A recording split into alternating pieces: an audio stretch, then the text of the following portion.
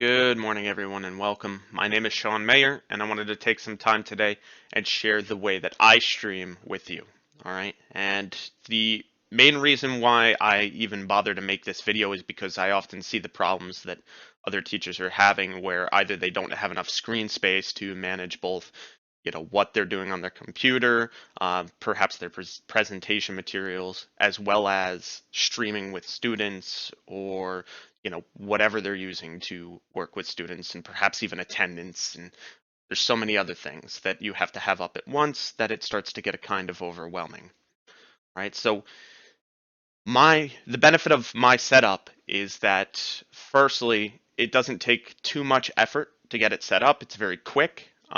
Second, you can have as many screens as you want up with perhaps only having one monitor if you're not as fortunate to have multiple monitors set up and you only have one. Uh, Three, it doesn't require any equipment other than the webcam you're using and whatever way you present normally. And then I suppose four, you have the privacy and control to choose what students see. And I'll show you an example of all these things in just a moment.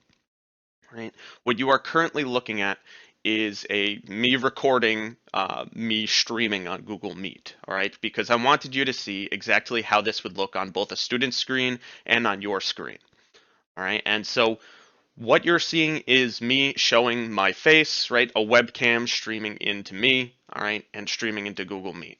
Okay. And so one of the benefits, again, of this software, Open Broadcaster Software Studio, I believe is the version name nowadays, um, is first I can control what students see. And that's incredibly important to me because let's say I have my emails up, I don't want to be broadcasting that to students. And especially because we'll be broadcasting all the time soon enough, or perhaps that might be the way that you're going. That can become greatly important because you need to have your email up. All right, and you don't want students to see private information. So some of the benefits is like I can take my screen and move it around, right? Okay, but that's not really privacy, right? What's important is that on my screen currently, I am sharing my screen. You aren't seeing all of the other stuff in the background. For example, you're not seeing my email up, or you're not seeing my attendance up, which at the moment I do have up. All right. And for example, I can also have two sources of video on at a time. Now, that could be if I have two webcams, one set up at the front of the room or what have you. But the other possibility is that, and this is how I use it to capture in the bottom right, here's my face. Again, I'm doing this live, I'm not editing this video at all. At the bottom right, you see the capture of my face, but you also see, right, you also see the chemistry reference table, or perhaps something that I'm drawing on, or perhaps a presentation. And there's a lot of ways to do this, and a lot of different possibilities for using this particular software for interacting, but and presenting. But again, this is the benefit that I tend to see with this particular software, right? Is that I can capture this without students seeing my attendance or emails. And the other benefit is currently what you're seeing on the screen, this chemistry reference table, it is minimized. So I can clear up even more space on the screen if I'm just having students take a look at something, or perhaps they're jotting down notes from a presentation or a PowerPoint, or perhaps they're writing down the procedure for a lab, whatever it is. They can take a look at that while I do other things on my computer, like take attendance. So the point of using this streaming setup is, again, privacy and controlling what students see, but also freeing up more space for you to do the things you need to do as a teacher. All right. This is why I use this setup. It took a little bit to learn and get used to and tailor to my own uses, but once I did, the benefits are pretty much innumerable. All right. And then I don't have to worry about Google Meet's poor presenting your screen option, which is fine, but as you know, it limits a lot of what you can do in the Google Meet simply because it ends up blocking up your screen or what have you. Right? So that presenting your screen option, you don't have to do that anymore. What I'm currently doing and what you are currently technically seeing in Google Meet is just my webcam. Right? And through this video, you'll see what I mean by just showing my webcam. Okay? All right. So hopefully you can stick it out for the rest. This is just the first of 3 parts. The second will be talking about how to get it set up, and then the third will be how to tailor it to your own uses and possible, issues you might run into. Okay? All right. All right, and we're back for the second part. In order to get this started, to download OBS Studio, you will need to go to obsproject.com or just Google OBS or Open Broadcaster Software, and you'll get there pretty much the first link. All right, so Open Broadcaster Software, in case you can't see it, once again, just to show off some of the benefits of using this software, take a look, obsproject.com. Now, I'm going to be showing you a simplified version of what this process looks like. And this is only because since I am using OBS in order to record this, it's rather difficult for me to record the downloading and installing of it. But I will walk you through setting it up for sure. All right, now downloading it, you will download to whichever version you have. I'm only familiar with using the Windows version because I personally do not have a Mac or an Apple anything. And so, in fact, I don't know if this works too well on tablets, such as the Windows Surface, Microsoft Surface rather, or the Apple, iPads. Right, but I don't believe there should be any reason it does not work since you are using a screen and it is running on that operating system. But you may have to check in some documentation in order to get that figured out. Now, when you hit the Windows button, what it will do is take you to for me, since I'm doing this in Mozilla Firefox, it will give me a prompt of whether or not I want to save the installer, and then it will take me to this welcome page where it shows me some documentation, overview, and whatnot. And you can certainly go into there. I would suggest taking a look at the startup guide, and I will, I believe, probably link or if you need, let me know. I can send you a startup guide that's on a PDF as well that I had found elsewhere. Okay. But again, I'm going to be showing you step by step how I use this as well. So once you have that downloaded, if you're not looking at the startup guide, you go ahead into your files and click, I believe it was called OBS Studio, and then whatever version it happens to be at the time, full installer. Okay. Once you click that, it's pretty easy process. Save it to whatever location you want. It really doesn't matter. And just make sure you know how to find it so that you can click the shortcut or the application, just like any other application you use on your computer. Okay, so that's what it'll end up being once it is installed. I'll take you to the third part. Pretty quick to install this one. It's very small, lightweight download, and it doesn't take that long to download either. So should be pretty quick, right? So I'll see you in the third part. All right, welcome back for the third part. Now to talk about how to set this up, and what I'll tell you is the first thing while you're installing this software is that it will come up and show you a prompt saying, what do you want this to be optimized for, and it will say, and again, once you install it, just send it to whatever pathway or file you want. You just need to be able to locate it. But for the optimization, it should give you the options of recording, streaming, and then I'm just using it for the virtual camera. And you'll want to use just for the virtual camera. Even if you do end up going on to use this for recording lessons or what have you, using the virtual camera, the optimization should be just fine. Setting it to 30 FPS, which is more than enough. And, I think it's probably 1080p or 480p. Doesn't really matter. It'll get the gist and you'll be good enough to show whatever you need to teach. Okay. And so what you should see looks kind of like what you see on the screen, except it should be completely blank. All right. It should look just like this. Right, and this is because you won't have had any scenes or any sources of, visual input of any kind.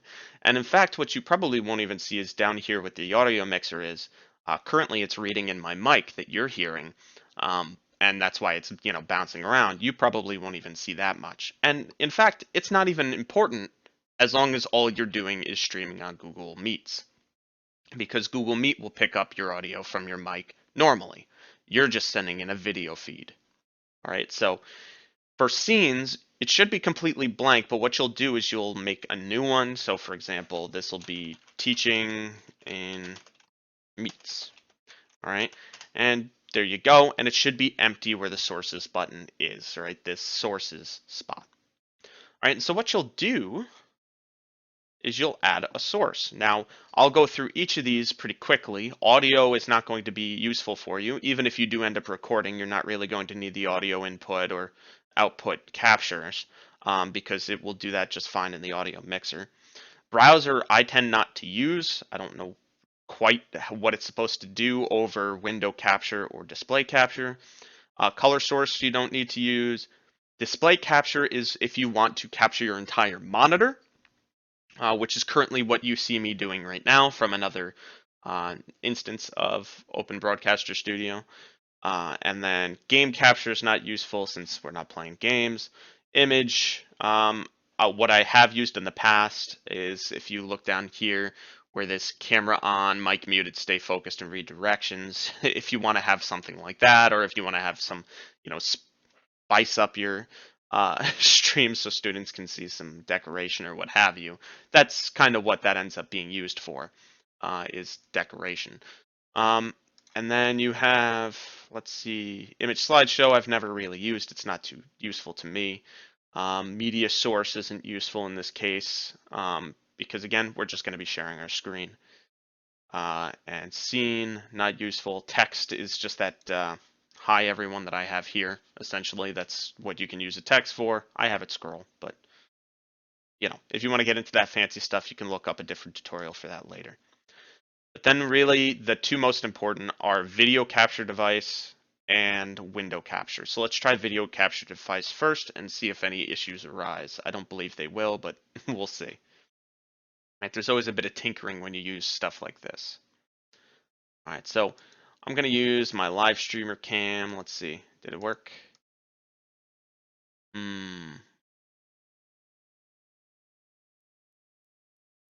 Let's see. I turn off my video capture device on this one. Is this one going to work? Hey, look at that. So let's use, this webcam for now. And I can make it big and small. I can actually do some interesting things like flipping it around. There's a lot of different things that I can do with this guy, right? And there's many options for how to transform it. Make it sideways, what have you. But you can mess with that later, and hopefully you don't end up breaking it like I'm currently doing. Let's see. Rotate another 180. Okay. So in setting up our scene, I usually want the video capture device to come up first because I want it to be on top of everything. All right, so I'm going to put it down here. All right, and this means if it is the one at the top, that means it's going to be in the, at the front of the screen.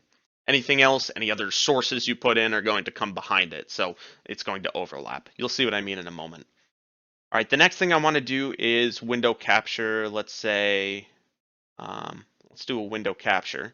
All right, and I'll show you what a window capture is as opposed to a display capture. All right, let's do a window capture of, I'm going to do it of, let's say, Firefox Open Broadcaster Studio website, right? So this is capturing this window, and it's not capturing like the bottom bar of my screen where I have all my applications in the toolbar. It doesn't have the Windows button, anything like that. And this allows me to show, like, for example, if I have something that I don't want my students to see is up, this is not showing my computer screen. This is just showing, it's just showing this particular window. So anything I open up in that window, or even if I minimize that window, it still applies, right? So let's see. I need this to be up so that you guys can see it. So currently on my computer screen, I am streaming, I am recording me recording Open Broadcaster Studio. Very interesting. Very interesting to figure out how to do this video. Okay. So if I have, let's do this over on the side, take up half the screen this, and half the screen this. So what you're seeing over here is what the students would be seeing. If you make your window small, it'll come up small. If you maximize it, it will become, maximized, right? Like this. And so if you look, currently my video capture device, right, my webcam is covered up. If I want that to change, I just have to bring it to the front, right? And you can drag and drop or hit those arrow buttons on the bottom. Okay. So the point of a window capture is that I don't have to have this up, all right? And similarly, something I can do with window capture is very easily get rid of, if I don't want students to see the URL for whatever reason, I can get rid of that as well, right? All I have to do is make the screen bigger and cover it up. If I don't want them to see even my, bookmarks, I don't have to. And there it's gone. Right? So there's a lot of options when using window capture. You can do a lot of those same options with a monitor capture. It's just this allows you to use your monitor freely without having to have all those things up, right? So I can go ahead and put up my emails or whatever I want, or my my chill hop music. I can put that up on this screen without it getting in the way of what I'm recording or sending out to students. Okay. Now the other option, and I'm going to do the same thing with monitor capture. If I use display capture, that is, right? Currently, I am displaying my monitor, right? And on my monitor is me recording. So I'm recording, me recording, me recording, right? So that's that whole, it goes on forever, Inception sort of thing. Now, if I have this up on a different screen, obviously you would see whatever is on my monitor at any given time, right? And that's fine too. This is actually why I decide not to use display capture. I prefer to use window capture because it only has students seeing what I want. All right. So, however, what can be useful is to have both of them there and then just hide one of them, right? You see this little eyeball button down here? I hit the eyeball button and then voila, it is closed. I don't have to worry about it. Okay? All right. Now, you can also have multiple windows captured, right? So if I wanted this, but let's say I also wanted the reference table. So one thing I have done in the past is had a reference table up on the side, one specific table on a reference table up while I had some practice questions for students at the same time. So let's go ahead and give that a try. So if I go here, and if I open up, let's see.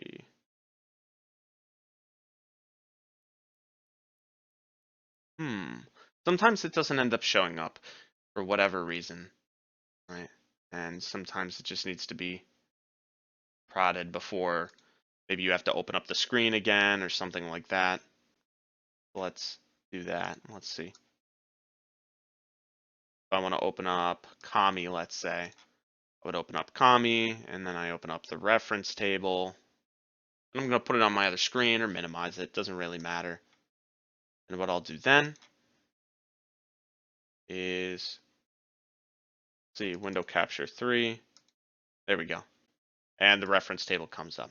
Once again, I want my video capture to be in the front, so there we go. And so in order to mess with these things, and on the screen, you see this red outline when you click any particular video source on your main screen.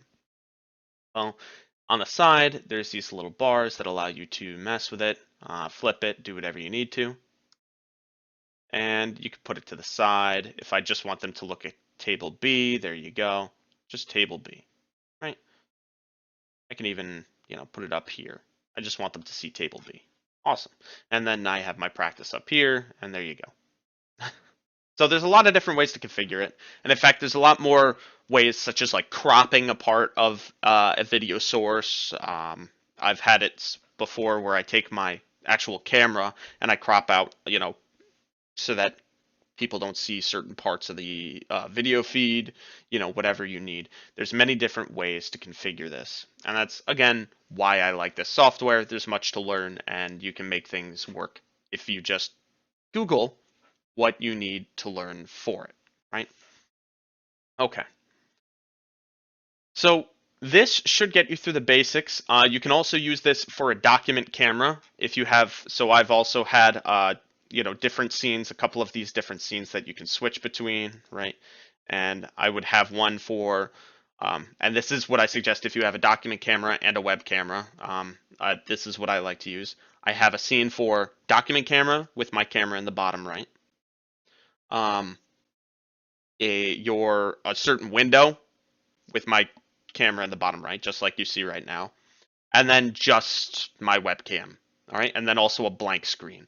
And you can switch between these at any time, right? Like I'm switching between them very quickly, and that makes it very easy to go between, let's say, I want my students to see nothing about me, or I want them to just see the work. And then if all else fails, you can always just turn off certain video sources at any time, right? So I'm turning off my video capture device by hitting this eyeball button. Okay. The last thing is, how do I get this onto Google Meet? And that's kind of important considering this is the whole purpose. And what you will need to do is hit this Start Virtual Camera button. And this is kind of where this particular edition of OBS is super powerful, and the only reason I use it now instead of last year. It's so important. Start Virtual Camera, what it does is takes all of this stuff you currently see on your screen and makes that a camera. So for example, when I go onto Google Meet and I select what is the camera that I want to use, well, I want to use this, right? So I hit Start Virtual Camera, and it's pretty much as simple as that. I then go on to Google Meet, meet.google.com. I don't know, let's go bunch of Z's. That's my meeting code. And I pick up here, you see where it says, will you allow them to use your camera? Which camera do you share? I share OBS Virtual Camera. And what it does, it shares whatever I have on OBS. Okay, so if I have OBS showing my display, it would show that. If I have, let's say I have it showing just the reference table, right? Then that is what you would see on the Google Meet, right? So this is what students would see. This is what you are broadcasting to them. You are showing them your webcam. And if you turn off your webcam, you're not showing them whatever you need, right? So you allow them to show the OBS virtual camera, and then you can show all of your stuff, right? And if you ever need to turn off your webcam, let's say someone was bothering you and you need to turn it off or what have you, you would either turn off the full thing or just now the students can see what they need to see, which is the material that you're trying to present. Okay? So there's a lot of different ways to configure this. I suggest that you experiment. Just try not to, if it looks really complicated, don't try it. But if it does look simple enough, like adding a new source, you can always delete a source. You can always delete a scene. You can always, you can always uninstall it, reinstall it if you really need to. And there's tons of different configuration options. So for example, here with the window capture, I can change which window I want to capture, and so forth. And thankfully, it doesn't slow down a computer too much to do this. I find that it doesn't tax the school computers pretty much at all, so it works out pretty well. Okay. Hopefully this was good enough. It's been kind of interesting figuring out how to record a video about a video recording software. So hopefully I covered all the bases. In terms of issues that I often find, typically if you quit, unplug, replug it in, like for example, the video capture wasn't working too well earlier, unplug it, replug it in, turn off the software, turn it back on. It usually covers what you need it to cover. And the same goes for, Windows that don't want to capture. Other than that, I don't really run into too many issues with this software. Okay, if it's running really slowly, you might want to do what is called lowering the bit rate, and I can show you that really quickly as well. Um, Often what happens is you can use this to customize exactly how good do you want your video to be. So if you're recording, high definition video games at 4K, yeah, of course your computer's going to slow down on a school computer. But if you're just recording 30 FPS frames per second, so um, actually about twice as fast as most movies used to be, um, you don't want your bit rate, as it's called, to be any higher than 2000, probably 2500. It's not necessary for a teaching video to be very high definition. Okay. All right. I know I've been very spastic about this video and kind of just jumping around from piece to piece. Hopefully I've covered everything that you need to from start to finish. You go to the Open Broadcaster Studio website, hit the download button, make sure that when you install it, you pick the preference of using virtual camera, because that's what you're going to be using for Google Meet. Set up a scene, set up the sources you need, such as a webcam and whatever you're trying to stream, which you may have to set up every time you open up a new thing, or you can set up your monitor instead, which is, I know what some people do. And then hit the Start Virtual Camera button and pull that up in Google Meet. Okay. Hopefully this works out for you. Let me know if you have any questions. I'm happy to try to help. Again, I didn't learn this formally anywhere, so I'm also kind of stumbling through it, but we'll get there. Thank you all for your time. Take care.